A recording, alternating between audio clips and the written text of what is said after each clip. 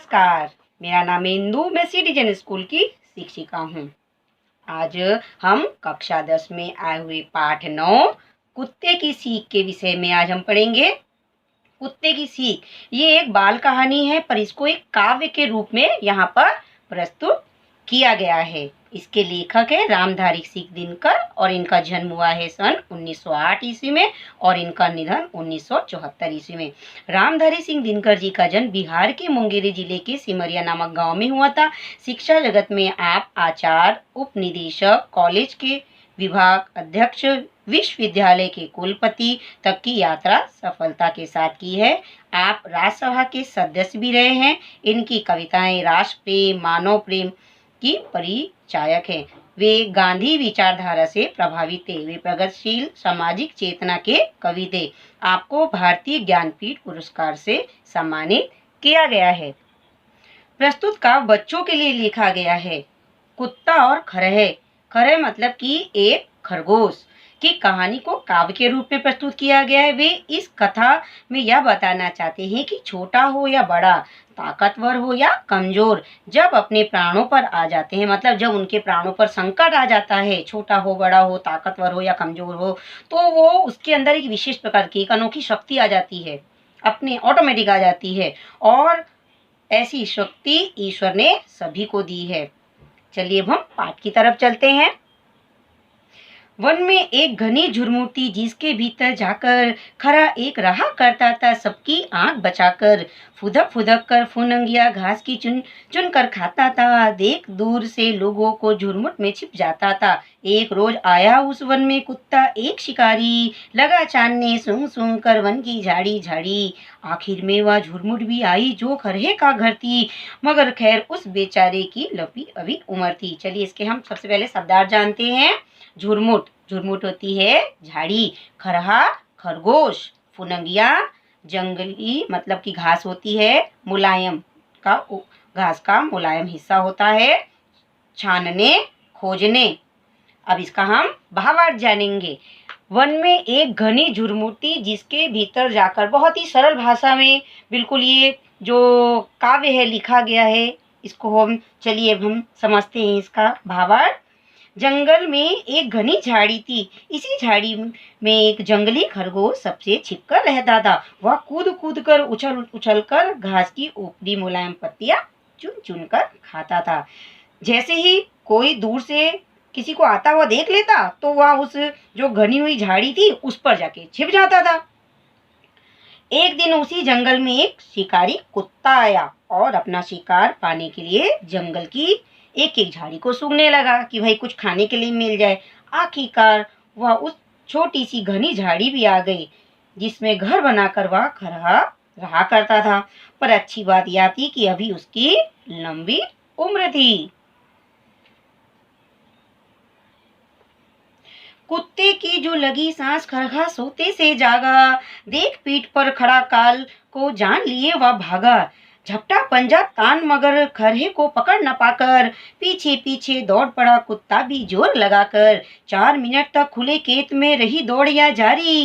इतने में आ गई सामने घनी कटीली झाड़ी। भरकर एक छलांग गया छिप खरहा बीहड़ वन में। इधर उधर कुछ सूंघ फिरा कुत्ता निराश मन में। चलिए हम शब्दार्थ जानेंगे। काल मौत, जारी चलती रही, बीहड़ अत्यंत घना, झपटा झपट्टा मारना, पंजा आपको पता है कुत्ते के जो हाथ होते हैं पंजा मारना उसको कहते हैं। चलिए इसका हम अब भावार्थ जानेंगे। कुत्ते की जो लगी सांस, खरहा सोते से जागा। देख पीठ पर खड़ा काल को जान लिए वह भागा।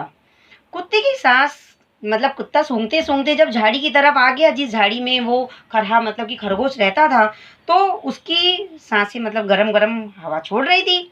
तो कुत्ते की सांसों की गर्म हवा जैसे ही उस खरहा मतलब कि जो खरगोश था सोया हुआ था, तो उस खरगोश तक पहुंचती है, तो वो खरगोश जाग जाता है। अपने पीछे खड़ी मौत को वह जान बचाकर भागने लगता है। बहुत तेजी से दौड़ने लगता है कि भाई कुत्ता आ गया है, मुझे अभी पकड़ के खा जाएगा। तो अब जान बचाने के लिए भागता है। खरे को भागता देखकर कुत्ते ने पंजा तानकर मतलब जोर से एक पंजा ताना और उस पर कुत्ते पर झपटा, परंतु उसको वो पकड़ ना पाए, क्योंकि खरगोश भी काफी तेज भागता है। अब उसे पकड़ने के लिए कुत्ता उसके पीछे पीछे पूरी ताकत लगाकर दौड़ रहा है।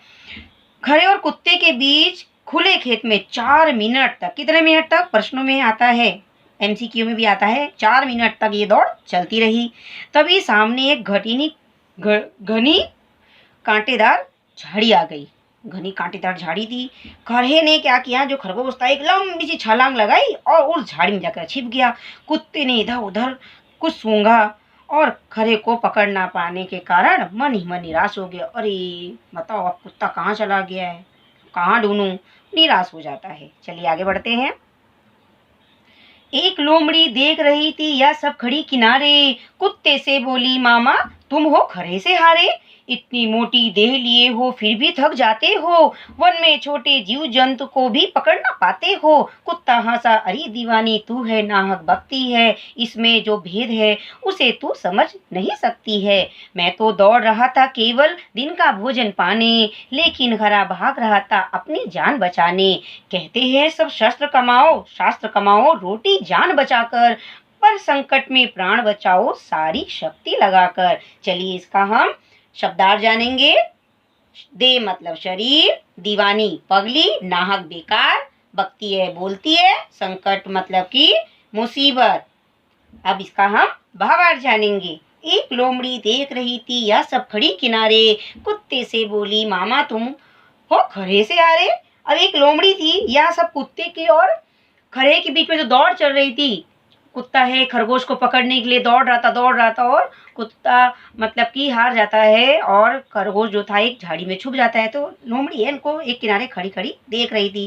कहने लगी, कुत्ते से कहती है, कुत्ते और खरे की जो दौड़ चल रही थी, खरा छिप जाता है और कुत्ता इस कारण से निराश हो जाता है। एक लोमड़ी खड़ी खड़ी किनारे देख रही थी और उसने कुत्ते से कहा, मामा तुम तो खरे से हार गए, इतना मोटा शरीर लिए घूमते हो फिर भी खरे से मतलब खरगोश से हार गए, थक गए, तुम तो जंगल के छोटे मोटे जीव जंतु भी नहीं पकड़ पाते हो। यह सुनकर कुत्ता हंसा और कहा, अरे पगली तू बेकार की बात कर रही है, इसमें भी कुछ राज छिपा है, तो उसे नहीं समझ सकती। मैं तो अपने दिन के भोजन पाने के लिए खरगोश के पीछे दौड़ रहा था, पर खरगोश अपनी जान बचाने के लिए सारी ताकत सारी शक्ति लगाकर भाग रहा था। सभी शास्त्रों में कहा गया है कि अपनी जान बचाकर रोटी कमाओ, पर यदि प्राणों में संकट आए तो सारी शक्ति लगाकर पहले उसे बचाना चाहिए। जो लास्ट की इसमें जो 2 लाइनें दी गई हैं, संकट कहते हैं सब शास्त्र कमाओ रोटी जान बचाकर, पर संकट में प्राण बचाओ सारी शक्ति लगाकर। इसका अर्थ आता है वाक्य, इसका जो 2 लाइनें आएंगी परीक्षा में बहुत बार पूछा जाता है, 3 मार्क्स का आता है। नमस्कार।